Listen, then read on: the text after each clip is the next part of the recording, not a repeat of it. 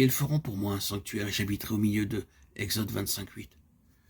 Après la sortie des enfants d'Israël d'Égypte, ce fut là le premier message que Dieu adressa à son peuple, par l'intermédiaire de Moïse.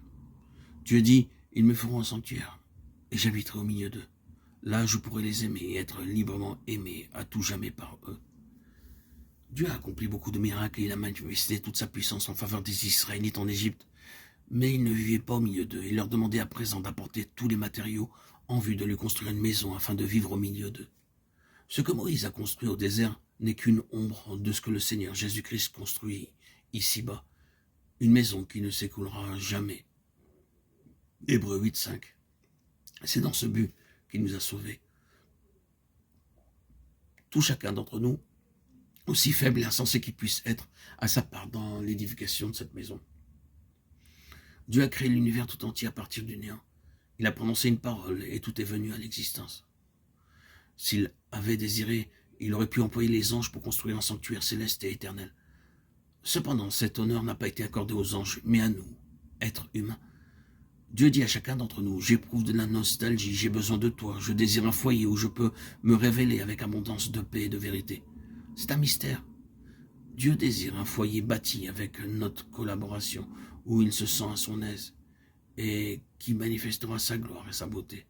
Sion est un autre nom de la maison de Dieu. De Sion, beauté parfaite, Dieu resplendit. Psaume 52. La beauté de Dieu ne peut être vue que par le moyen de Sion. Le terme église qui figure dans Éphésiens 3:10 et 21 ne désigne pas une construction terrestre.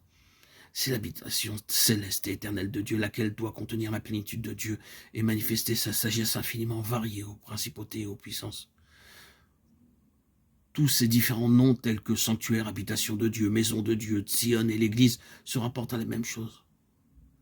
Dieu éprouve de la nostalgie, car ce qui est dans son cœur ne peut pas être exprimé sans nous.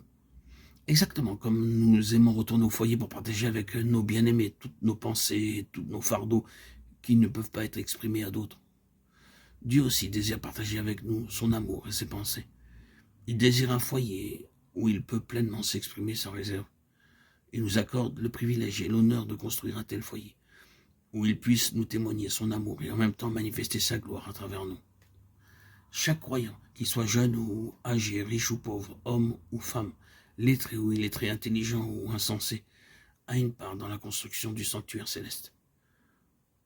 C'est pourquoi Dieu a besoin de son peuple. Dans Exode 25, nous lisons qu'il était demandé à tous les Israélites d'apporter quelques matériaux que Dieu avait spécifiés en vue de la construction du tabernacle. Les femmes ont eu également une part importante dans cette construction. Hommes et femmes ont été affectueusement conviés à participer à la construction du tabernacle. Tout ministère et toute contribution ont été également importantes et nécessaires. Ils ont dû reconnaître que le ministère ou le don de chacun était aussi important que celui des autres. En apportant des bijoux, certains ont offert de cette façon de l'or, de l'argent et des pierres précieuses. Des femmes ont filé du poil de chèvre ou d'autres matériaux teints en bleu, en écarlate ou en pourpre. Des hommes ont amené des fils teints en bleu, en écarlate, en pourpre et du fin lin. Tous des matériaux très très chers. C'est par une vie crucifiée que des croyants mondains peuvent devenir fidèles et consacrés, en commençant à servir le Seigneur par tous les moyens mis à leur disposition. Dieu, en nous sauvant, a un grand dessein en vue. Il a jeté sur nous son dévolu, afin que nous construisions son sanctuaire qui donnera satisfaction à son cœur. À nous d'accomplir pour lui ce que le ciel ni les anges ne peuvent réaliser. Dieu veut que nous soyons éternellement avec lui. Nous devons venir à la maison de Dieu pour apprendre tous ces mystères. C'est en venant au sanctuaire de Dieu qu'une réponse est donnée à nos questions et une solution à nos problèmes.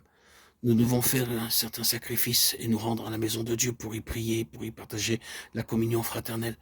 C'est là que nos fardeaux seront enlevés et que nos œuvres porteront du fruit.